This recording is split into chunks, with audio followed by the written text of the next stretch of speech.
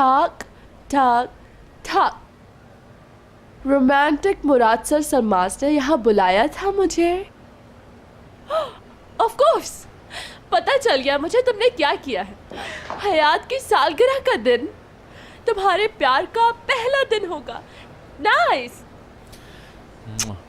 अच्छा हुआ तुम आ गई, तुम्हारी बहुत जरूरत थी। मुझे कुछ समझ में नहीं आ रहा कि उसे सालगिरह पे क्या तोहफा दूं।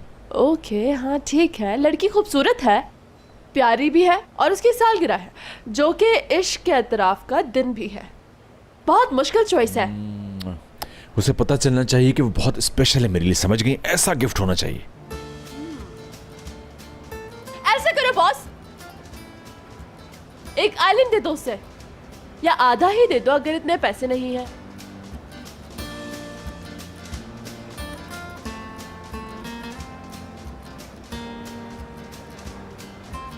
बस खत्म।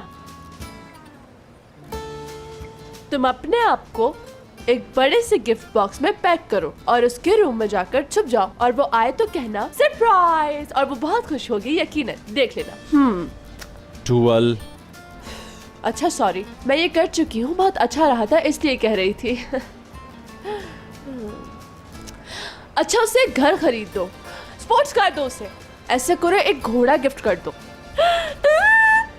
उसका फेस टैटू करवा लो अपनी कमर पे।